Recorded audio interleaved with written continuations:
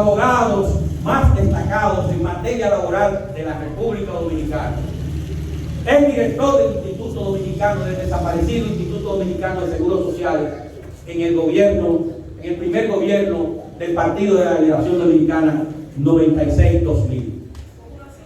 Y así el compañero Julián Cerulle ha dedicado toda una vida, amigo personal del profesor Juan Bosch, toda una vida de ejercicio profesional y toda una vida de ejercicio político. Gracias a ustedes por venir a escuchar estas orientaciones que nos van a dar más formación política. Gracias, compañeros y compañeras.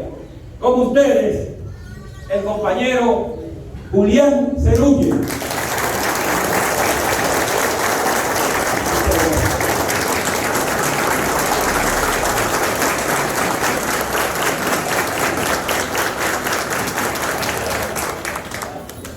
Gracias.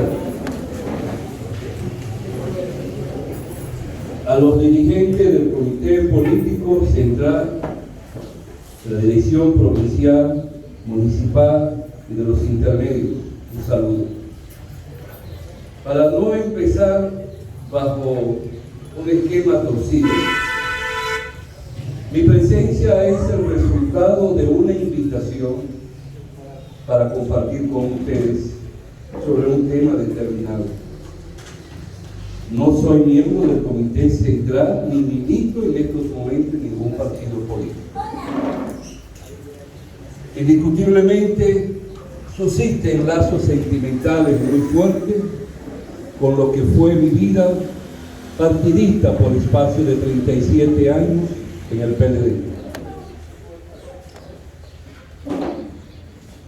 Se me pide hablar sobre los orígenes, la razón de ser y el porqué de la fundación del PLD. Y mi grato y buen amigo, bienvenido, vi que me le agregó algo, perspectiva de futuro.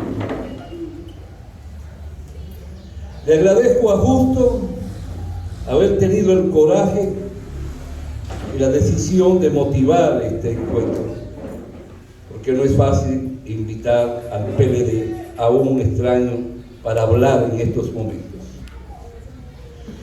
Yo no vengo a trazarle pautas, no vengo a orientarlos, vengo a lanzar palabras e ideas y que ustedes concomitantemente vayan analizando y buscando la respuesta. Porque sucede que este partido fue fundado, fue esculpido por uno de los hombres de grandeza de nuestra América Latina, de nuestra América Morena. Fue formado por un pensador y un luchador incansable por la justicia y la libertad de los pueblos del mundo. No fue la obra de un comerciante como tal. No fue la obra de alguien que le surgió de forma meraganaria, sino de alguien que surgió y nació en el campo, hijo de padre español y madre dominicana, y de un padre que fue albañil, y de un abuelo paterno que le enseñó a conocer la vida intelectual, que a corta edad leyó ya el Quijote de Cervantes y leyó los libros que hablan de los pobres y de los campesinos.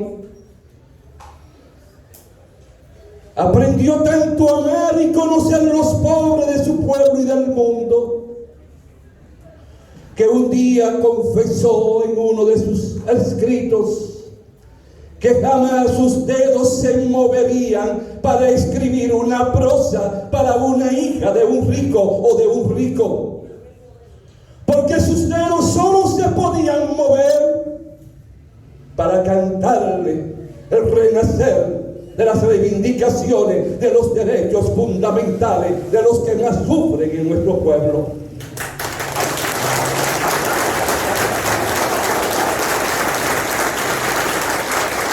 Ese hombre, y es bueno que lo sepan los que ingresan nuevo a este partido, vivió 25 años de su vida porque se fue al exilio a luchar contra Trujillo. No obstante, Trujillo ofrecerle ser diputado de la República, pero consideró que si aceptaba, encadenaba su libertad y su libre albedrío.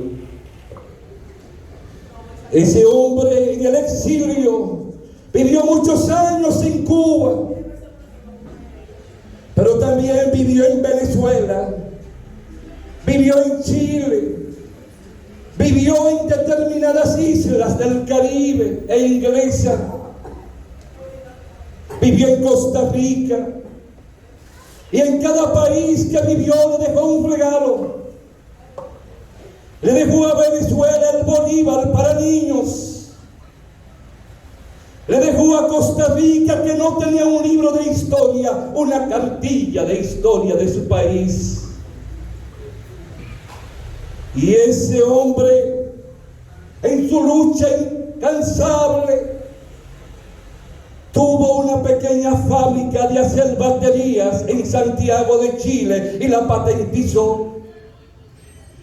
Y ese hombre en Venezuela se integró a un circo para andar Venezuela, y siento ver que hablaba y hacía chistes para poder sobrevivir. Conoció la hambruna por jamás mendigar ni extender la mano para que le dieran de comer. Ese hombre expandió las ideas y el concepto y el donaire de la sapiencia en cada país que vivió. Ese hombre fue, junto con otros, quien fundó el Partido Revolucionario Dominicano en Cuba. Y ese hombre es el que determina que una comisión de 3 compañeros del PRD a la muerte de Trujillo llegaran al país, estando la familia Trujillo. Y cuando llega al país en un octubre del 61, si mal no recuerdo, lo primero que hace es lanzar un pequeño volante mariposa con 2 párrafos, diciéndole al pueblo que no hay mayor miedo que el miedo mismo, y que el país tenía que desprenderse y quitarse de encima ese miedo, porque ya la dictadura empezaba a desaparecer.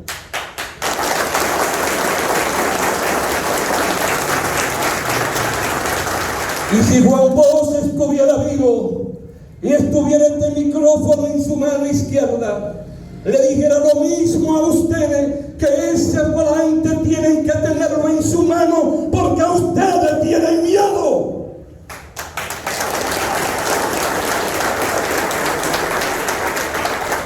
Están como aquellos niños que se esconden cuando les sale la silueta de un fantasma, porque no conocen ni saben defender lo que hizo el gobierno de Danilo Medina. Levante la mano uno que se atreva a decir las 3 causas por las cuales odian a Danilo. La revisión del contrato de la mina de oro, las invasiones con China y esa planta que también, que los gringos querían que hiciera. La palabra.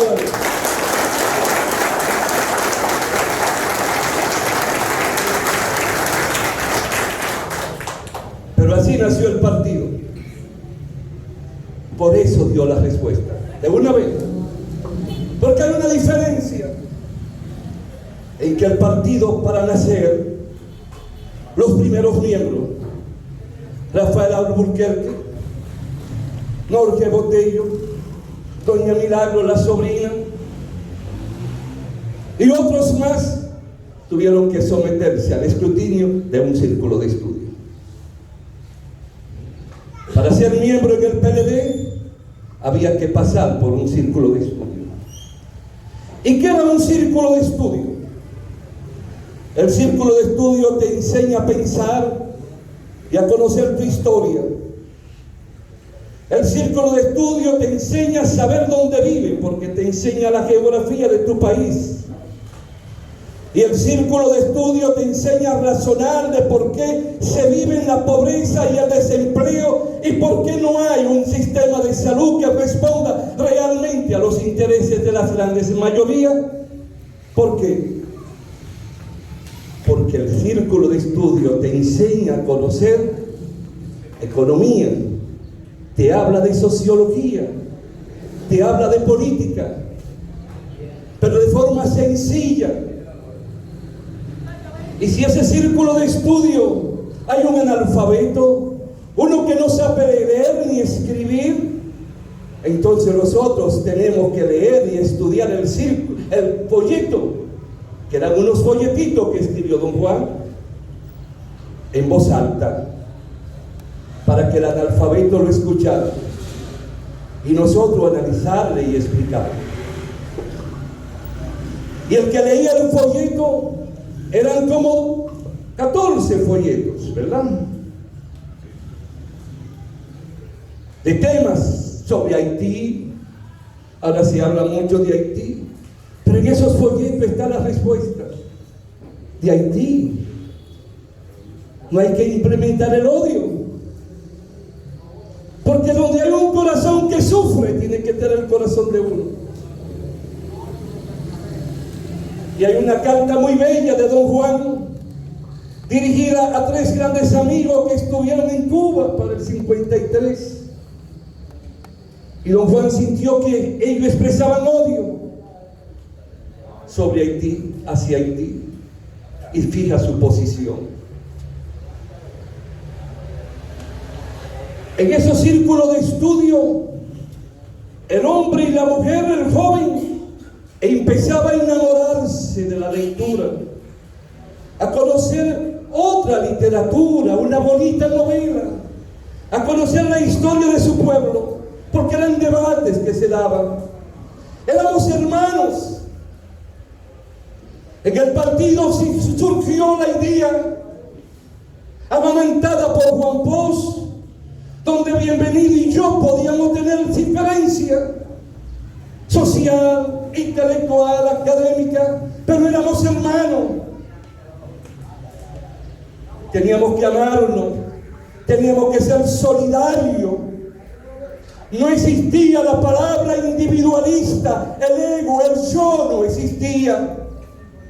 Por eso cuando la esposa de Bienvenido, por ejemplo, iba a parir, yo tenía que estar ahí en ese momento para si faltaba algo. Cuando hablo de mí me estoy refiriendo a cualquier compañero o compañera. Cuando había un moribundo, el padre o la madre de un compañero o compañera, teníamos que estar y amanecer con ellos, a buscar el pan, la galleta, el queso, el café, porque era la madre y el padre de mi hermano. Nos abrazábamos, caminábamos juntos. Pero el círculo de estudio me daba esa conciencia, me liberaba de los vicios. A mí me mantuvo Juan Bosch personalmente 4 años en un círculo, por considerar que yo tenía vicios con ese. Un abogado ligado a las clases trabajadoras, campesina, envuelto en huelga, ya noticia nacional. Aquel ego, aquella vanidad, me la cobró, pero se la agradezco, porque aprendí a amarte más, aprendí a amar más el otro de las personas.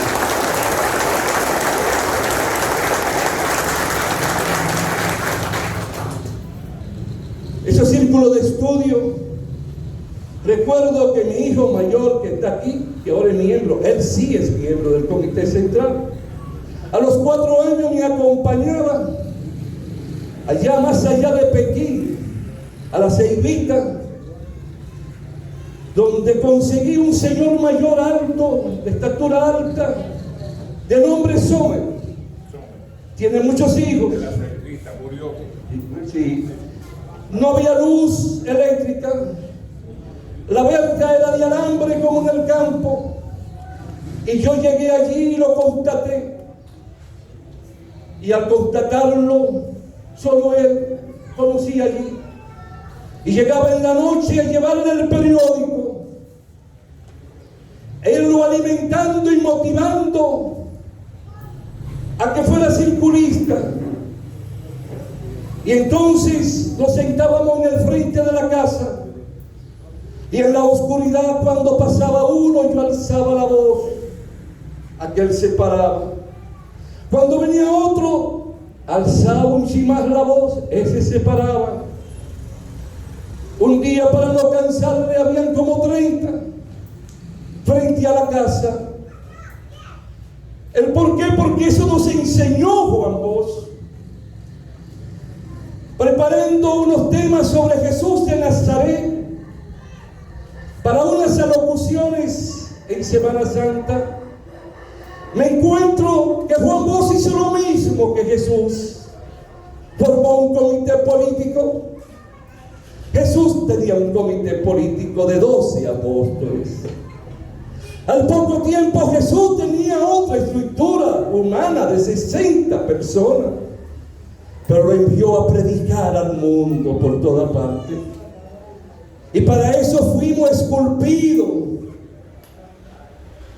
para eso fuimos formados, para hablar, para transmitir el mensaje de la buena esperanza, el mensaje del mañana, el mensaje de la liberación de los campesinos, de los agricultores y de los trabajadores y de todo el pueblo.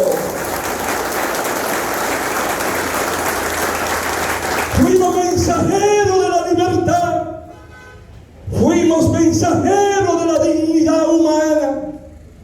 Nos sentíamos orgullosos, con la frente en alto por donde pasábamos, porque nos veían como el partido disciplinado, nos veían como guardia. Solo nos faltaba el gorrito y el uniforme, caquis, porque no dejábamos nada sucio donde pasábamos. Si se hacía una actividad, recogíamos la basura, lo dejábamos limpio. Entonces, ese círculo de estudio tiene que volver. Una sugerencia. Justo y bienvenido. Deben buscar los folletos. Están en el partido, lo más probable. Y empezar en los comités de base a estudiarlo. Eliseo allá en Esperanza, la doctora, todos en Laguna Salada.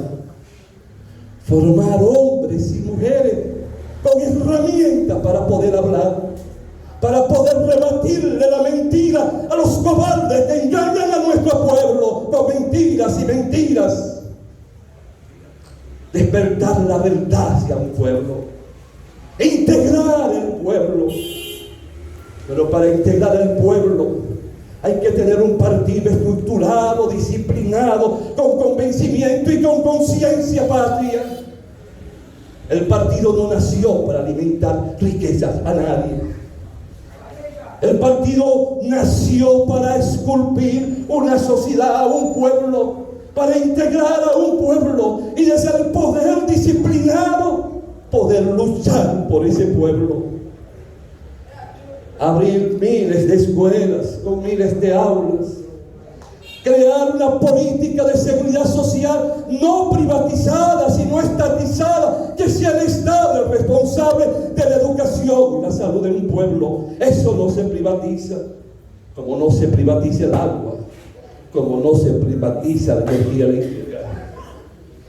Eso no se negocia, porque eso es patrimonio de un pueblo. Hay que proteger la estabilidad de los pobres. ¿Por qué le estoy mezclando tantas cosas? Lo traje mucho por escrito, pero veo que si lo leo voy a cometer un error. Voy a seguir dejando que la mente y el corazón sigan hablando. ¿De acuerdo, justo?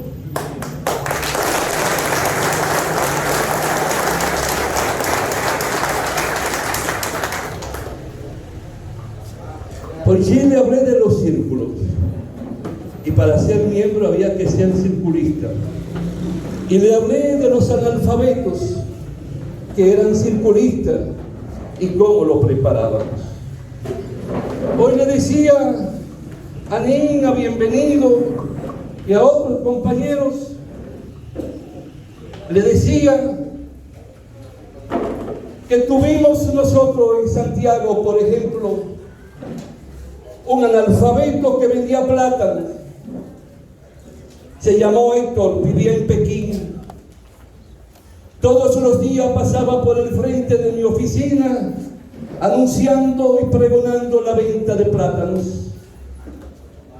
Un día salgo de mi oficina, la restauración, para ir al Palacio de Justicia. En la esquina de la calle España, con restauración, me encuentro con el platanero, el compañero que vendía plátano. Pero me encuentro y lo veo que está discutiendo con dos personas. Cuando me acerco, reconozco las dos personas. Uno era un médico y el otro era un abogado. ¿Y sabe alguien de ustedes cuál era el tema de discusión y que lo tenía envuelto a ellos en un dime y direte? El Fondo Monetario Internacional y el Banco Mundial. ¿Cómo diablo un platanero, analfabeto, ante un médico y ante un abogado, va a discutir sobre el Fondo Monetario? Y él le hacía ver que el Fondo Monetario era un instrumento creado por el Imperio Americano y los países europeos de Occidente, y que actuaba como un policía, y su misión era endeudar y quebrar los pueblos de América. Ni el abogado ni el médico pudieron ripostarle. Era un compañero que no sabía leer ni escribir, pero tenía una formación política. Ahora, ¿qué caracterizó al PLD en sus inicios? Con esa militancia formada, buscar el pueblo, comunicarse con las masas, visitar casa por casa. Nos tiraban la puerta en la nariz porque decían que éramos comunistas. Nos cerraban la puerta y no permitían que entráramos, pero seguíamos insistiendo, como lo hizo Pedro. Seguíamos insistiendo como lo hizo Pablo, llevando las palabras del Jesús de Nazaret, sin importar que fuera la muerte, porque a ellos no le importó. Pero el llevarle una palabra de ideas que le transmitan conciencia a un hombre y una mujer es llevarle la espada de las ideas de la libertad de un pueblo.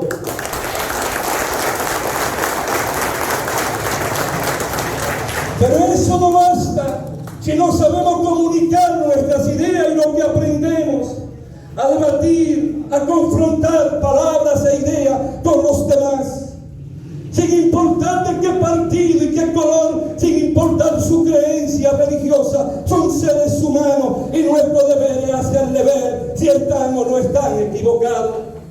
Pero para eso, en Mao, la provincia, debe iniciar la experiencia, le sugiero, de aprovechar las reuniones de cada comité de base para que entonces vayan formándose e instruyéndose. Cuando usted llegue a su casa y le diga a su viejita, pero Duarte no fue un cualquiera, Duarte fue un luchador por la liberación de su pueblo, y Duarte luchó contra un país más poderoso que nosotros militarmente en ese momento. Y cuando usted llegue y le diga a su hermana, mira, pero Francisco del Rosario Sánchez no me han dicho toda la verdad. Fue un hombre que luchó por la verdad, luchó por la justicia, fue capaz de entrar al país de nuevo después que lo sacaron por Haití, por la frontera. Y esos desgraciados de siempre, ¿saben qué le hicieron, hermanita? Lo asesinaron, lo condenaron a la muerte. ¿Y sabía usted toda la grandeza de Gregorio Luperón? De aquel muchachito que vendía dulce, aquel mulato que vendía dulce en Puerto Plata. ¿Ha oído alguna vez hablar de Luperón? El hombre de la restauración, el hombre de la espada, el hombre del simbolismo nacional, que no tiene nada que envidiarle a otro. Pero ¿saben el por qué hubo la Revolución de Abril? ¿Saben cuál fue el objetivo y la causa de un grupo de militares? Buscar que retornara la Constitución y el gobierno de Juan Bosch.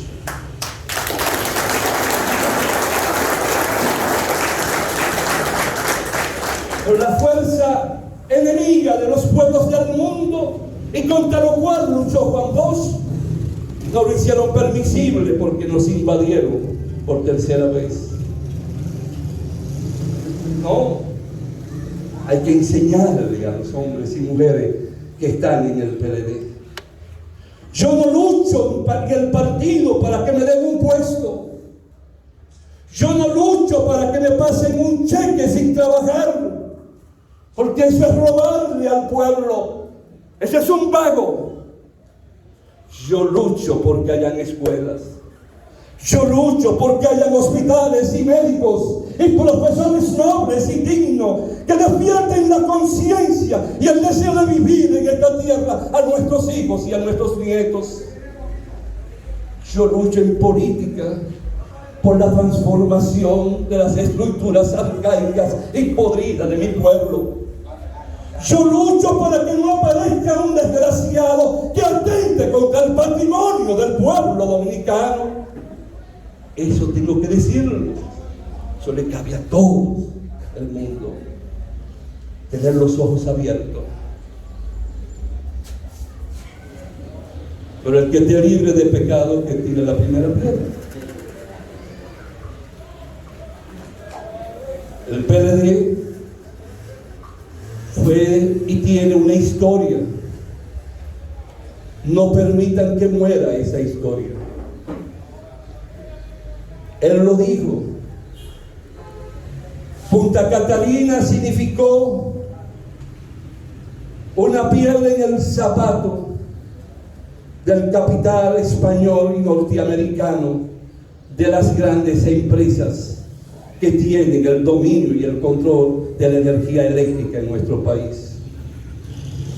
Punta Catalina hoy abastece y cubre más del 30% del consumo nacional de la energía eléctrica. Que haya sido o no un error que fuera de carbón y no de gas, esos son asuntos a estudiar, porque ahora mismo en Inglaterra se está cuestionando hasta la industrialización de la energía a través del gas.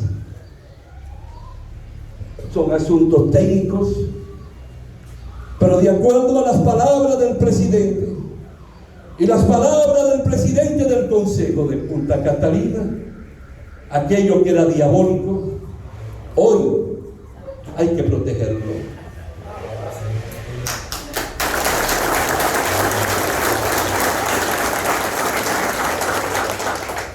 ¿Qué ocurre? Que deben saber para que discutan y hablen. Romper las relaciones con Taiwán es la estructura angular de los Estados Unidos en la frontera de China continental. El atreverse a romper relaciones con esa extensión que es territorio chino es declarar la guerra a la potencia del norte. Ahora yo le voy a hacer una pregunta a todos. ¿Algún país del mundo, cuando vino la pandemia, de la COVID-19 nos mandó vacuna, nos mandaron jeringa. China, gracias a las relaciones que el presidente de turno pudo hacer con China continental.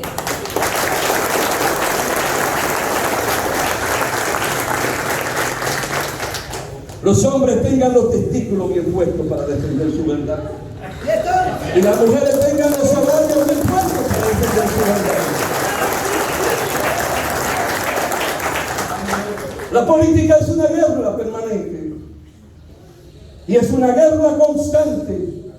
Y una de las herraduras fundamentales de la política es la mentira.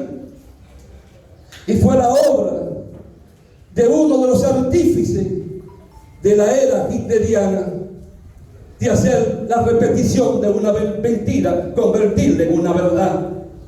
Pero la mentira se convierte más en verdad cuando aquellos que están siendo afectados no tienen el valor ni el coraje de salir al frente a esa mentira.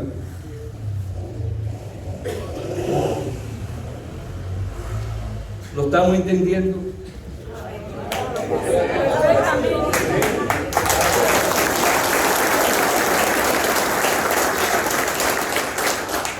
Le hablé de educarse a través del círculo de estudio. Desde el abogado, el médico, el ingeniero, todo por igual.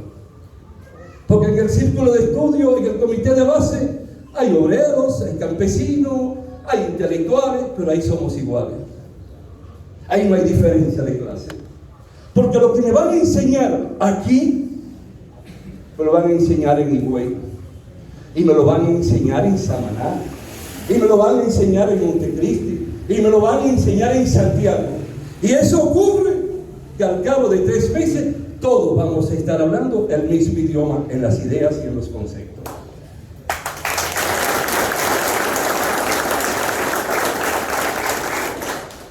Y como está el partido abierto, sé que no se van a oponer a que justo y bienvenido inicien esos cambios de retomar el pasado adaptado a los nuevos tiempos. Puede ser con pequeñas conferencias. Por ejemplo, ustedes tienen la bendición política de tener 2 compañeros de ustedes con una historia larga. Rafaelito Bienvenido, lo conocí muy joven. No tenía, creo que ni 17 años. Bienvenido pasó sin sabores en su vida, pero se fue formando, se fue estructurando.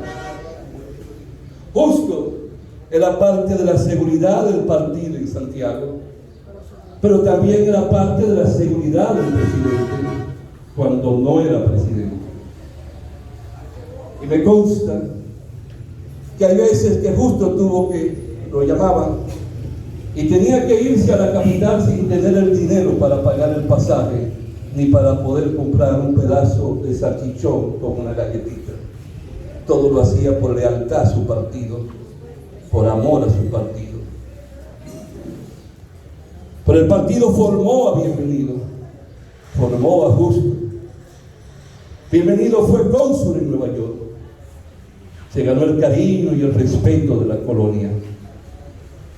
Justo ocupó posiciones al lado del presidente y nadie puede decir nada. Porque ustedes tienen que luchar para prepararse, vuelvo, para un día el partido no tenga que volver a recurrir a hombres y mujeres que no hayan sido circulistas y hayan sido parte de una estructura de membresía del partido para gobernar. Porque el partido forja sus miembros, sus cuadros dirigenciales. En el 1990 ganamos las elecciones. ¿Y recuerdan cuántos miembros éramos? 8,000 miembros. Pero el partido es que dirige las masas. El partido guía y controla las masas. Y el partido, al guiar y controlar las masas, lo lleva a crear estructuras que no son del partido, pero son guiadas y dirigidas por un miembro, por un cuadro dirigente del partido, en las luchas que le conciernen y le corresponden a los hombres y mujeres en los barrios, en las universidades, en los campos, por la salud, por las carreteras, los caminos. El partido la motiva, la guía, la estructura a través del miembro. Pero miembro es la calidad, no es la cantidad. Hoy tenemos mucho, y con esos muchos tenemos que ir buscándolo para prepararlo bienvenido y justo y lo demás. No dejarlo al aire libre, no dejarlo al accionarme de la ganario, sino para que un día no tengan que invitarme, sino que el portavoz de la palabra sea uno de ustedes mismos. Y aquí hay muchos valores. Conozco muy bien la provincia. Por ejemplo, cuando llegué en el 94 era tanto la intriga, el chisme, que no podía. En 70 días vine 32 veces. Retornaba a mi casa con Arias, que es el director de la Defensa Civil, que me conducía en la madrugada. ¿Saben qué hice un día? Dejé la militancia. Dejé a los compañeros y compañeras que se mataran, que se automasturbaran sin tener la mujer o el hombre que le gustaba. En el vacío. Y le preparé una marcha con 300 mujeres en Mao, donde el único hombre que iba con ella era yo y los muchachos de la seguridad. ¿Hay alguno aquí de Laguna Salada? En Laguna Salada no teníamos nada. Pero con lo poco preparamos una marcha en la carretera. Cayó un aguacero ese día. ¿Te acuerdas? Que viene don Juan y me pregunta en una reunión del Comité Central que si era verdad que yo tenía una marcha en Laguna Salada. Yo le dije que sí. Entonces, ¿tú me vas a invitar? Yo no. Porque si lo invito, usted me quita que los ojos de ella se fijen en mí y se van a fijar en el líder.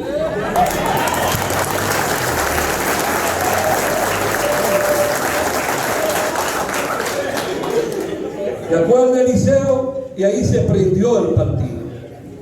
¿Te acuerdas? Todos comenzamos a pelear, pero buscando las masas. ¿Saben qué decidió Juan Bosch para la década de los 80? Que tuvimos que ir 2 autobuses de Santiago a Puerto Plata. Que nos fuéramos a caminar en la montaña de Puerto Plata, a visitar casa por casa, para decirle a los campesinos que Juan Bosch se había ido del PRD, porque él sospechaba que 10 años después las masas, el pueblo no estaba consciente que él había abandonado el PRD. ¿Qué indica eso? Siempre buscar el otro, siempre hablar del otro, siempre estar en contacto con el otro. Le voy a hacer una pregunta, pero si no la hablan no lo pueden saber los otros. Ahí sale una encuesta.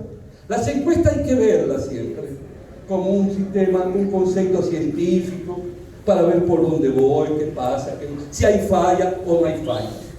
Pero por ejemplo, dice que el presidente tiene el 51% de la simpatía del pueblo, pero dice que el pueblo se queja de que el arroz, la habichuela, los huevos, el plátano, todo está muy caro.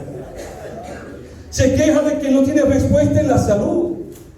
Se queja de que sus hijos no están comiendo como antes, desayunando, merendando en las escuelas públicas como antes.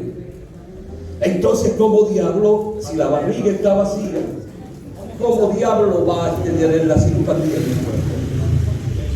Entonces, cuando me hablen de eso, debo de preguntarle a la persona, ya que tú lo dices con tanto orgullo, te está dando el salario, tu sueldito para comprar lo que necesitan tus hijos, tu mujer y tú.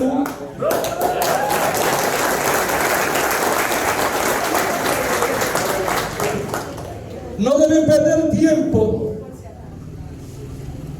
Juan Bosch no perdía tiempo en debates estériles. No tienen que perder tiempo atacando a nadie. No tienen que perder tiempo en comparándose con nadie. Lo que tienen que dedicar es el tiempo, no perderlo, dedicándose a hablar con el otro, transmitirle su verdad al otro, llevarle la verdad del partido al otro, llevarle el concepto de disciplina del partido al otro. Y ustedes se van a ir esculpiendo cada quien, van convirtiéndose en pequeños líderes, van a ir expandiendo su conocimiento. Le van a pedir al hijo que le busque en el internet un libro bonito y que se lo lea, una novela, una historieta. Y cuando vienen a ver, van a decir, pero Juan está hablando diferente. Claro, Lucas y Juan hablaron diferente cuando se dedicaron a escribir el Evangelio. Pero no eran diferentes a ustedes. No tenían un don divino, eran humanos. ¿Y por qué tú no puedes lograrlo? Porque si tú tienes el coraje de decirle algo bonito a una tipa que te pasa por el frente, y si tienes el valor de preñar a una mujer, ¿por qué no tienes el valor de conquistar el corazón de un pueblo?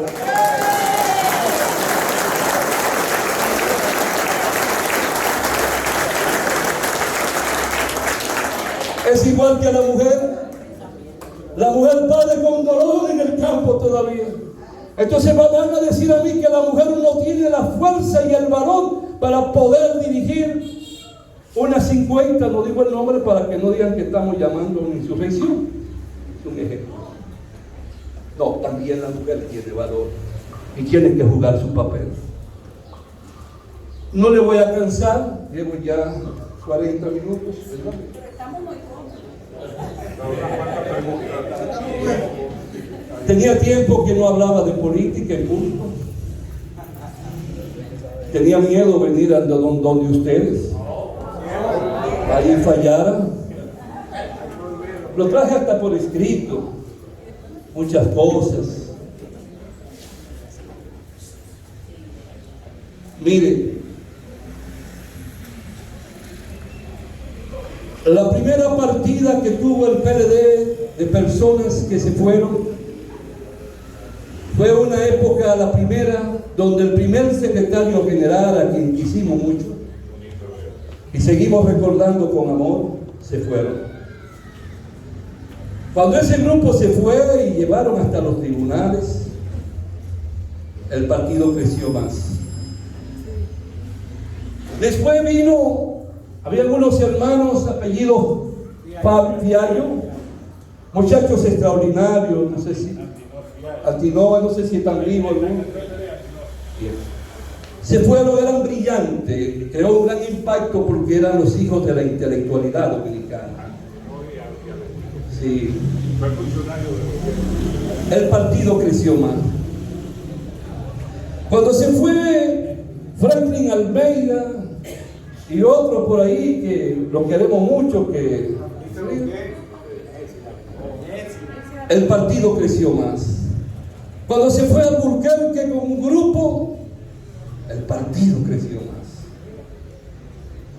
Cuando se fue Vicente Pegoa y lo del área obrera, el partido fue extraordinario su crecimiento.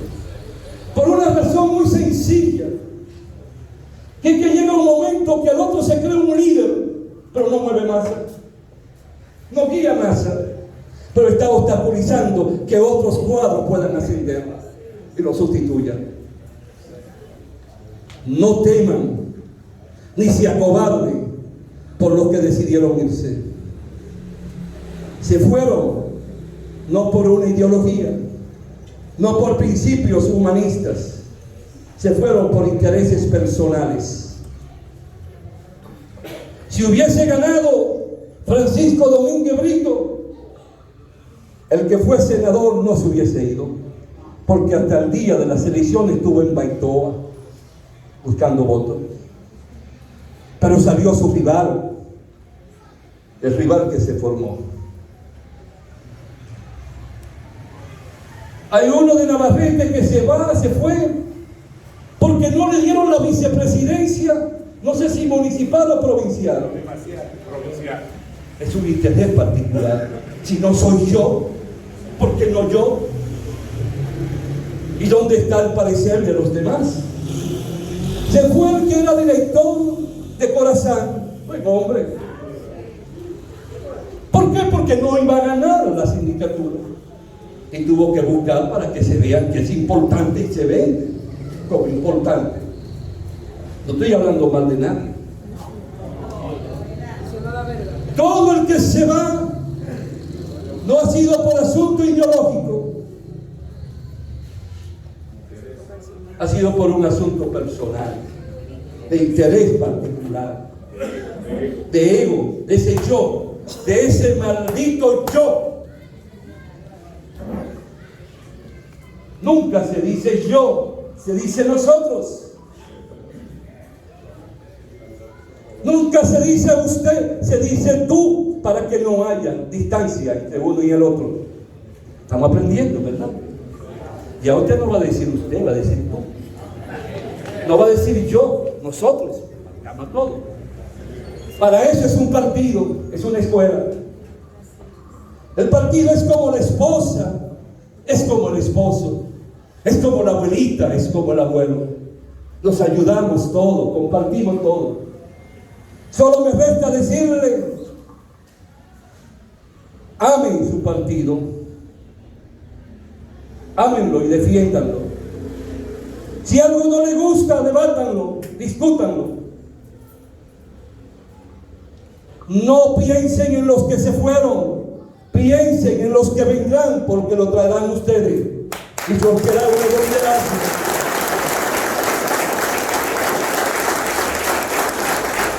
Alimenten siempre la esperanza a través de las luchas, a través de la lucha y un accionar para transformar nuestro país. Este país necesita vivir, este país necesita respuestas, este país no necesita que todos los días estemos debatiendo sobre el mismo tema, si va o no va una reelección. Es un pueblo que padece hambre. Es un pueblo donde las grandes mayorías no duermen bien. Ni el amor se hace con naturalidad y tranquilidad, porque las deudas impiden que todo funcione normalmente.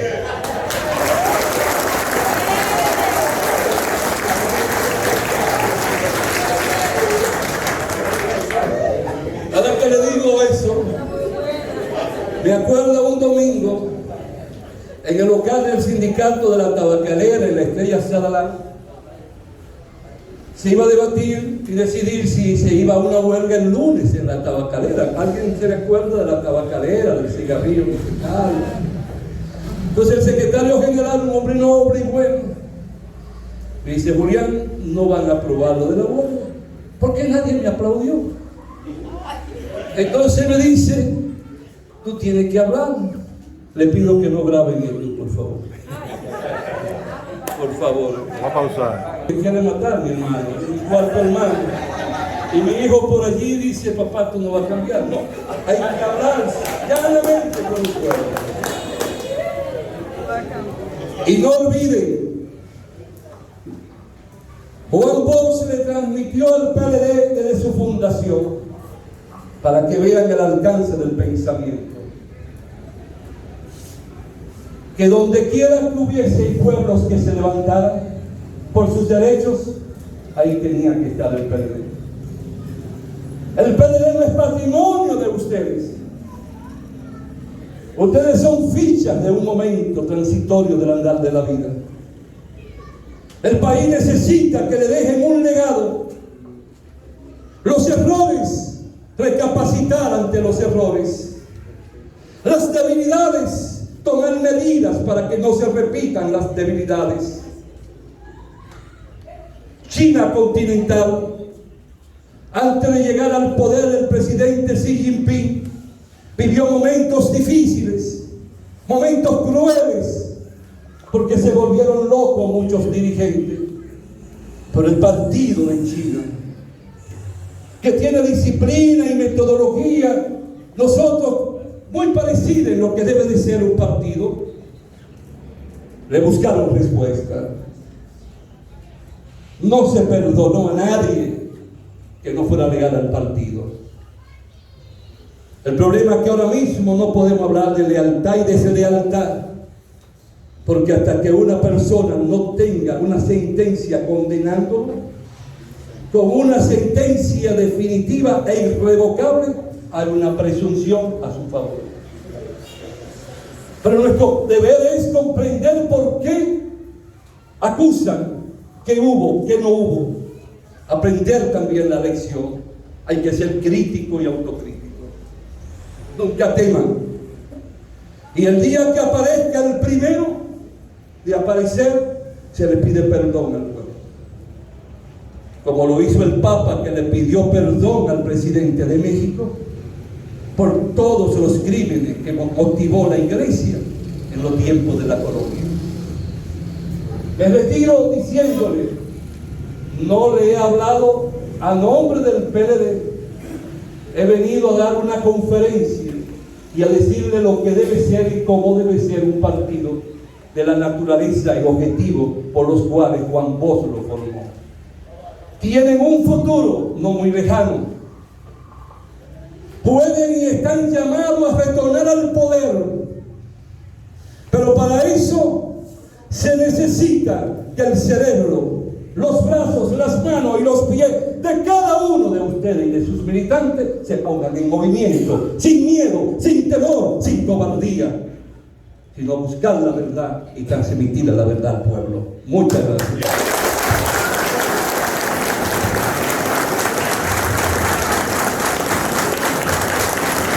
Impresionante, compañeros y compañeras, que se sienta este fuerte aplauso a Julián Cerúñez.